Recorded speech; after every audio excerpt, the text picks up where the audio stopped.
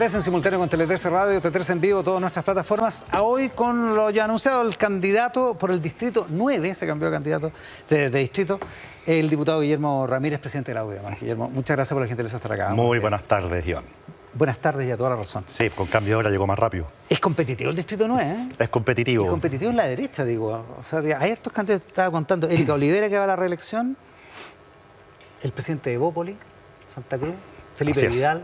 Así es. Que trabajaba con nosotros, se fue. El diputado Mesa, Aldo Duque, harto candidato bueno. Harto candidato. Se tiene fe, ¿eh? Sí, mira, lo que yo quiero hacer es colaborar para que podamos empezar a construir una mayoría en el Congreso.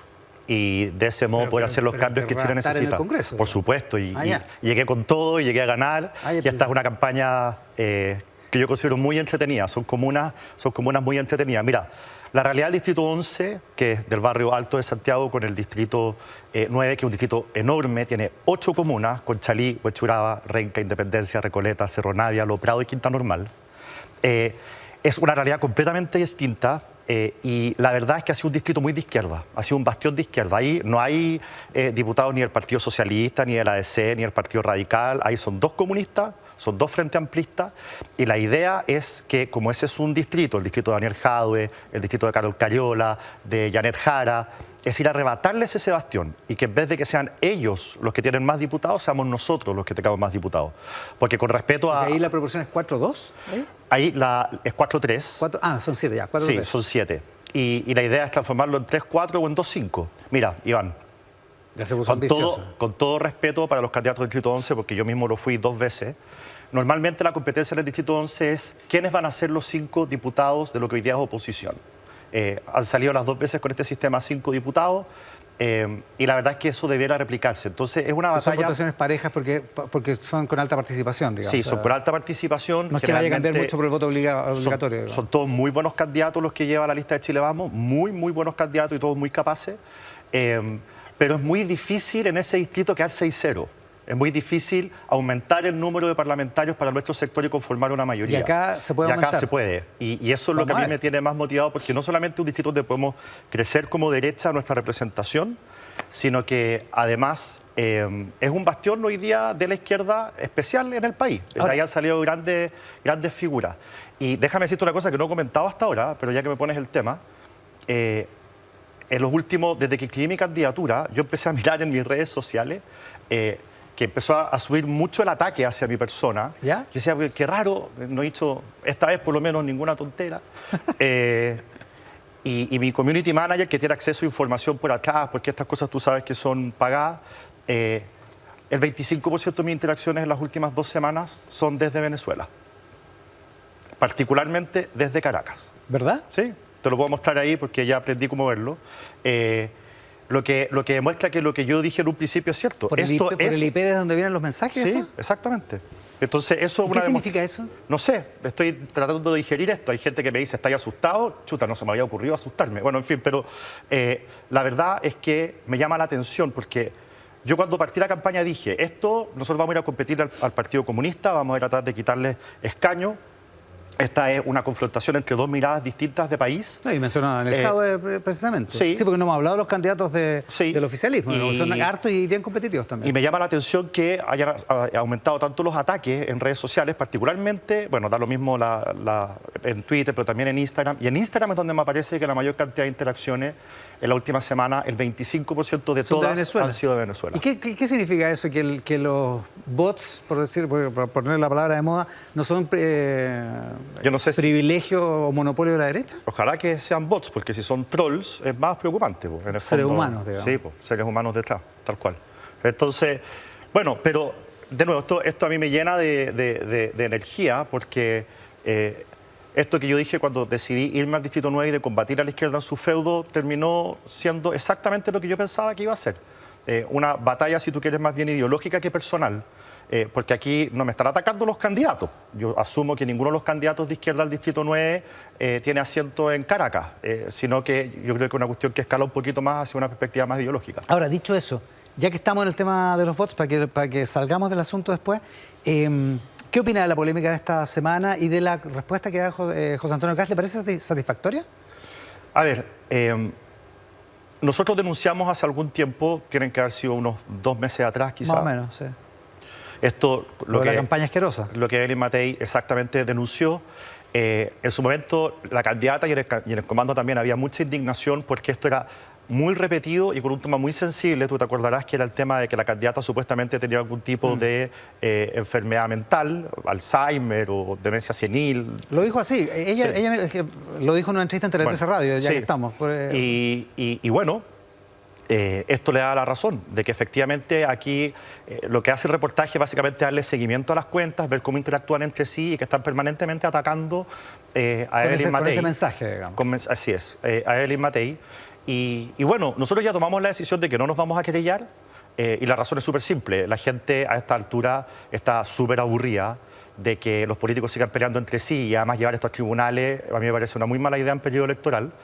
Y por eso vamos a hacer propuestas, vamos a recorrer Chile, pero eso no significa no volver a hacer el llamado de que las campañas se tienen que hacer de manera limpia y no con trampa, porque al final cuando tú empiezas a inventar cosas de los otros, yo supongo que lo hacen porque sienten que de otra manera no ganarían, sino porque atacarían de esa manera a Evelyn Matei. Entonces, acá hagamos una campaña limpia y ese es el llamado. Y las explicaciones que los otros candidatos, nosotros no hemos apuntado hacia ninguna persona en particular. ¿No quieren apuntarle a Kast? Es que no tenemos ninguna prueba, Iván. Entonces eso sería irresponsable. Si estamos llamando a la responsabilidad en la campaña, nosotros tenemos que dar el ejemplo.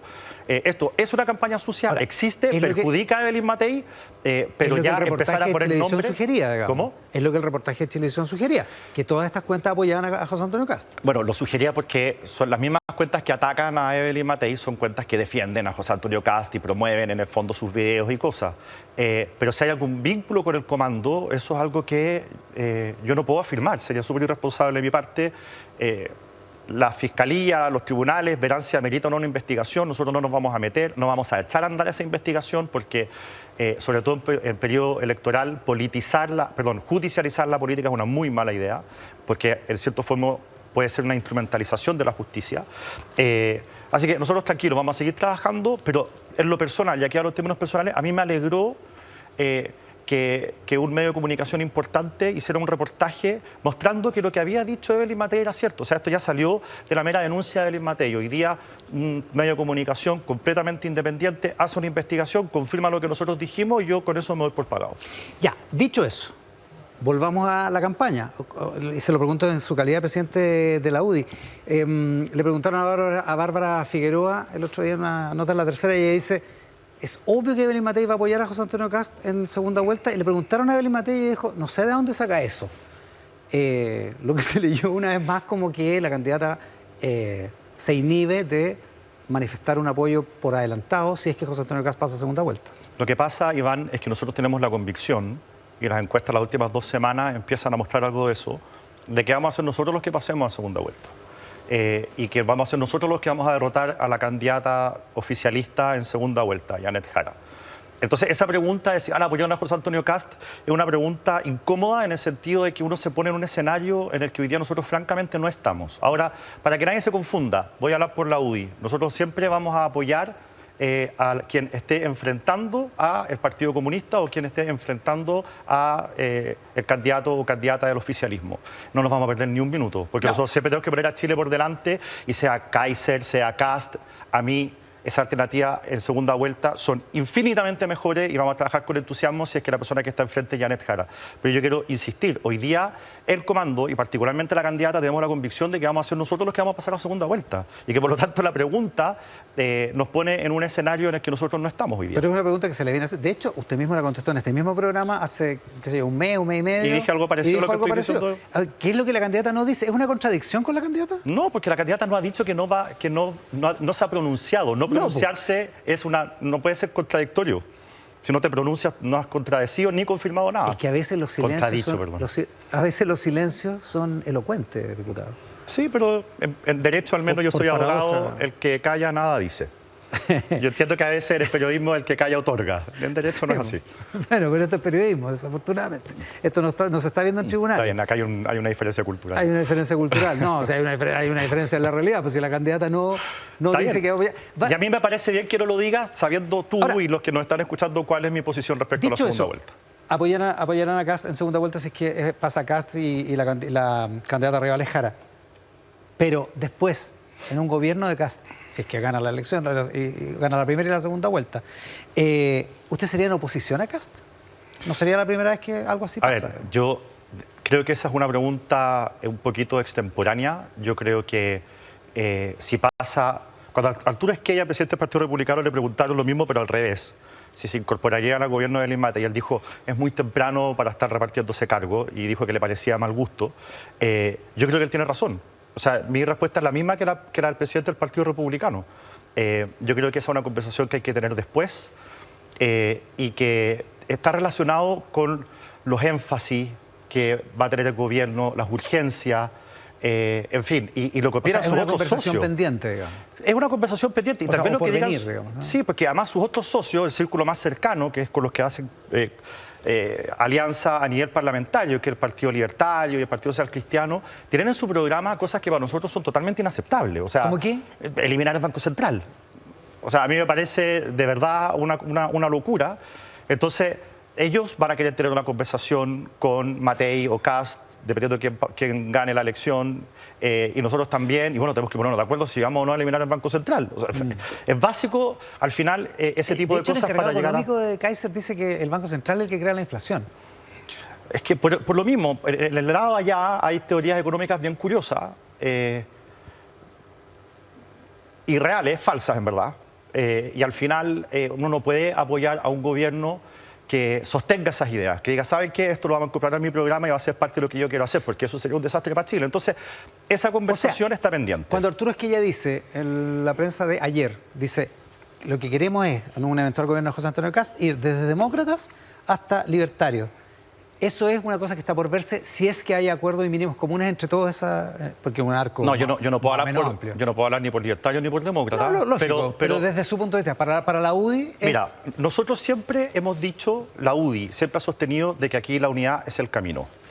Fuimos nosotros los que insistimos en las municipales pasadas de que fuéramos todos juntos, al menos en la elección de gobernadores. No se hizo y perdimos un montón de gobernaciones en manos de la izquierda. Lo mismo para alcaldes y perdimos un montón de alcaldes en manos de la izquierda. Este año pedimos primarias, también recibimos un portazo. Pedimos lista única, también recibimos un portazo. Nosotros no tenemos que demostrarle nuestras credenciales de espíritu unitario a nadie, porque hemos dicho desde el principio que nosotros creemos que la unidad es necesaria para derrotar a la izquierda. Pero pongámonos de acuerdo, para un gobierno hay que ponerse de acuerdo. Bueno, sí, pero obvio, porque el gobierno ¿Qué otra cosa gobierna. Aparte del Banco Central? No, pero sí, es que esa es una conversación, te lo acabo de decir, que tenemos que tener después. No, pero me llama la atención. Es que a mí me llamó mucho la atención. Que haya cosas graves. Es que eso a mí me parece fundamental. Sé, pero aparte, o sea, al final, una de las grandes cosas de la Constitución del 80 fue justamente tener un capítulo específico en la Constitución del Banco Central donde se reafirma que es autónomo por la importancia que tiene. Por eso este es un tema un poco escandaloso, creo yo. Pero mira... la UDI ha hecho un esfuerzo. Te cuento una cosa, una anécdota chica, pero que revela esto. Nosotros cuando hemos estado reunidos los partidos que hoy día conformamos en la base de apoyo para Elín Matei, alguna vez desde el Partido Demócrata, no sé, la senadora Jimena Rincón ha dicho, medio en broma, medio en serio, estas cosas que revelan una cierta realidad. Me ha dicho, pucha que me cuesta estar contigo en la misma mesa, mirándome con cierta sonrisa.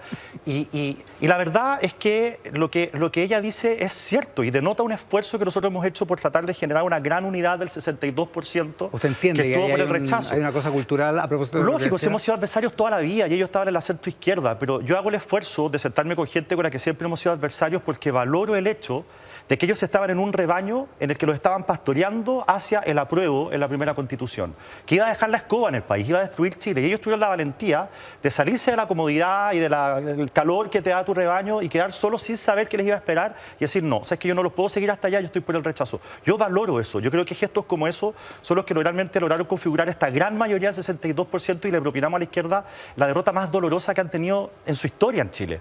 Entonces, ese mismo espíritu es el que nosotros tenemos hoy día para enfrentar el próximo gobierno y me alegra que haya otros que estén buscando la unidad, pero una golondrina no hace verano. Ya, a lo mejor es temporáneo, como dice usted.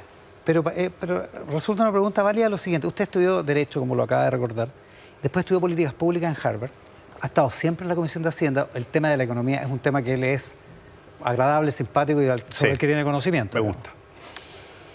Daniel Matamala, en una columna la semana pasada, no hoy, el domingo pasado, en la tercera, hace un perfil de las asesorías que Jorge Quiroga, el encargado económico de José Antonio Kast, ha hecho respecto de temas de libre competencia, donde en general ha defendido a las partes que están siendo acusadas por la Fiscalía Nacional Económica en temas de, por ejemplo, colusión.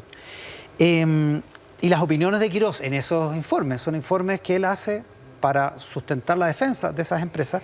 En general no tiene mucho que ver con lo que ha sido la conducta tradicional desde su creación de la Fiscalía Nacional Económica en estas materias. Dicho eso, si él va a ser el encargado en un gobierno económico, en un gobierno de José Antonio Kast, ¿a usted le preocupa que tenga ese pensamiento respecto de, por ejemplo, una materia hiperrelevante como la libre competencia? Mira, como decimos los abogados, acá hay que distinguir si es que Quirós actuó como abogado de alguna de las empresas que finalmente fueron condenadas por corrupción. No, está haciendo informes como economista, que es lo que hace. Si son informes en derecho, en el fondo informes en que cuál es su opinión, y su opinión es que lo que hicieron estas compañías que fueron condenadas era correcto, eso sí es preocupante, por eso hago la distinción. Yo soy de la idea de que los que se coluden hacen trampa, y yo como creo en el libre mercado lo defiendo de la trampa, y yo siempre he sostenido, y creo que la cultura del interior de la derecha ha ido transitando hacia allá, en que las faltas cometidas por los que hacen trampa tienen que ser sancionadas como son sancionadas en Estados Unidos, que es un país capitalista por antonomasia, como el que más, y ellos tienen las sanciones más duras para los que hacen trampa justamente porque creen en el libre mercado. En ese sentido, si es que, porque yo no he leído los informes, leí la columna de Matamala, pero no he leído los informes. Si los informes de Quirós, en cierta forma, relativizan el hecho de que dos compañías se coludan, por supuesto que a mí me parece preocupante.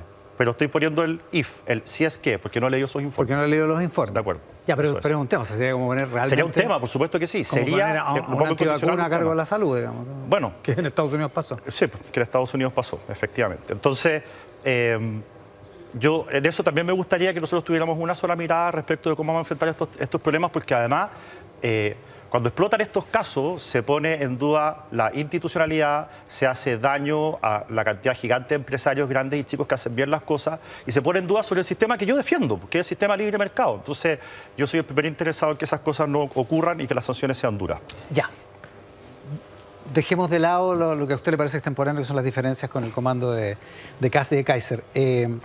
Hablemos de su comando. A la hora de gobernar, digo, o sea, las conversaciones que vamos a tener. Hoy, la campaña es el momento para mostrar ciertas diferencias, también, está claro. Eso sí. Por eso son preguntas legítimas, diputado. Sí, por supuesto. Oiga, ¿de qué se trata esta nueva etapa que lanzó Evelyn Matei esta semana?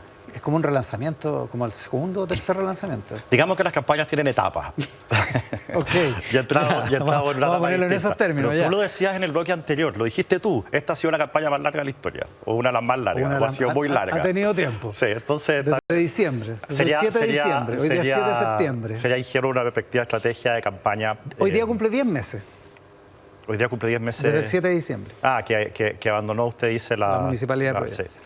Mira, la verdad es que esta parte de la campaña es distinta en el sentido de que estamos poniendo sobre la mesa temas programáticos, pero también la idea de que la única forma para salir del estancamiento en el que estamos es haciendo reformas que van a requerir grandes acuerdos y que van a requerir que todos actuemos como un solo equipo, que es finalmente lo que ha relevado tanto Evelyn Matei. O sea, cuando se habla de un solo equipo también se habla de acordar con el otro lado, digamos. Lo que pasa es que... Con el actual oficialismo. Si es que se da el caso, sí, pero mira, nosotros tenemos la aspiración a que logremos llegar al Congreso con una mayoría parlamentaria. Deja de ponerlo en estos términos. Y esto es como yo lo veo, es una descripción, alguien puede estar completamente de acuerdo, pero mi impresión es que si llega Evelyn Matei al gobierno ya va a llegar con mayoría parlamentaria, pero que si llegan otros candidatos, cualquiera, van a llegar con minoría en el Congreso. A ver, cualquiera. ¿Por qué pasaría eso? Porque... por el efecto demócrata. Demócrata va a tener 3 o 4 senadores, va a tener 6, 8, 10, da lo mismo, diputados. Esos te van a hacer la diferencia respecto a si tienes mayoría o no. Porque demócratas no estaría en un gobierno de Kast, por ejemplo. Ya. Entonces ellos han dicho... Para ponerlo en castellano. Pero tampoco de Jara, porque ellos lo que han dicho, es lo que han dicho ellos, estas son sus palabras, que ellos no van a apoyar a ninguno de los dos extremos, que se refieren a Kast y a Jara, y que van a estar en la oposición si es que alguno de ellos gana. Entonces, como ellos van a tener 3 o 4 senadores, si gana Matei va a tener 27, 26, 28 senadores de 50, la mayoría. Pero si gana cualquier otra opción, esos senadores se van a pasar. Entonces, en un eventual gobierno de José Antonio Kast, por ejemplo, va a pasar lo mismo que con el presidente Piñera. Van a llegar a la moneda y van a tener este problema, porque es un problema que no es culpa, por supuesto, del gobierno, no es culpa de los republicanos, pero van a llegar a un gobierno que no va a tener mayoría parlamentaria. Y eso, al final, genera un problema. Entonces, respondiendo a tu pregunta, Evelyn Matei no es que vaya a construir las mayorías en el Congreso cuando asuma el 11 de marzo. Evelyn Matei viene trabajando en la construcción de mayorías desde hace mucho tiempo. Ella incorporó a Amarillo, vengan para acá, nosotros los vamos a acoger. Ella incorporó a Demócrata. Ella es la que se ha preocupado de tratar de aglutinar a este 62% del rechazo. Entonces, a tu pregunta de, ¿van a ir a pactar con la izquierda? Mi respuesta es, Evelyn Matei ha estado trabajando en esas mayorías desde hace mucho tiempo, ha hecho la pega desde hace mucho tiempo, y eso va a significar, el hecho de haberlo hecho con tiempo, que lo que ella va a cosechar al llegar a la moneda va a ser esa mayoría desde el día 1. Y vamos a poder hacer desde el día 1 cambios importantes para Chile. Lo paradójico de esto es que la campaña, como le decía, cumple 10 meses y la pregunta es si tiene suficiente tiempo, Matei, para remontar. Sí, por supuesto. Yo sé que Quique dijo acá que, de acuerdo a fuentes del comando, estábamos preocupados por el tiempo. Tenemos tiempo, la campaña en rigor parte el 17 de septiembre, las franjas, las propuestas, los debates como el del próximo miércoles, que va a ser el primer debate en televisión abierta, horario prime, son momentos muy importantes en las campañas que pueden generar puntos de inflexión. Y nosotros estamos convencidos que con esta gran mayoría que está formando Evelyn Matei, que con las propuestas que está poniendo sobre la mesa, por ejemplo, esta semana puso la propuesta de el pie lo pone el Estado, es decir, todas las personas para su primera vivienda hasta 4.500 UF, el pie se lo va a poner el Estado, no van a tener ellos que poner su ahorro. Ese tipo de propuestas los chilenos ¿De dónde sale la plata, eso sí, para eso? Son 300 millones de dólares al año y está perfectamente financiado con reasignaciones que están en la propuesta y que se pueden ver. Y por lo tanto, mira, lo pongo en estos términos porque los números a veces enredan. Si el Estado es capaz de entregar viviendas completamente financiadas por el Estado, con mayor razón es capaz de entregar un 10% de pie. Con pie. Entonces, para que la gente no piense que esto es una propuesta populista, haciéndolo bien, podemos transformar a China en un verdadero país de propietarios. Ese tipo de cosas son las que hacen la diferencia, las que yo creo que finalmente nos van a hacer ganar en noviembre. Oiga, y lo último, le pregunto también como presidente de la UDI, ¿hay acuerdo para lo de la multa por la abstención del voto? O sea, hay acuerdo. Hay un acuerdo hace mucho tiempo. Acordamos cuando hicimos la reforma constitucional de que iba a haber multas en las elecciones y que iba a ser el voto obligatorio. Le pregunto por el acuerdo ahora para implementarlo. Qué bueno que me preguntas esto porque es muy grave el tema del voto obligatorio y la multa, pero se ha relevado poco lo otro, que es mucho más grave, que es que nosotros tenemos una cultura en Chile de que cuando adversarios nos ponemos de acuerdo se cumple con la palabra empeñada. ¿Y el martes lo que pasó es que no se cumplió la palabra? Entonces la pregunta es, y yo le pregunto directamente al gobierno. Faltaron unos votos republicanos que habrían... Pero no contamos hablando de otra cosa. Sí, están faltando esos votos de gente de la otra derecha, pero yo estoy interpelando a la izquierda. Teníamos un acuerdo y votaron en contra. Entonces, la pregunta yo se la hago al gobierno. ¿Este va a ser el primer gobierno que cuando llegamos a un acuerdo lo desconoce? ¿Este va a ser el primer gobierno que hace aceptar el presidente de que la palabra empeñada no se respeta? Pero el viernes el presidente reafirmó el acuerdo. Eso me parece grave. ¿Cómo? El viernes el presidente reafirmó el acuerdo. ¿Hay acuerdo? O sea, si lo reafirmó, entonces eso se tiene que ver en votitos en la Cámara de Diputados y en el Senado. Porque decir que yo quiero voto obligatorio y no hacer las gestiones para que se apruebe es sacar las castañas con la mano del gato. O sea, está por verse. La palabra la tiene el gobierno si va a respetar o no la palabra que empeñó. Diputado, muchísimas gracias por la gentileza. Gracias, Iván. Con Guillermo Ramírez, presidente de la UDI, hoy en Mesa Central. También con nuestros auspiciadores.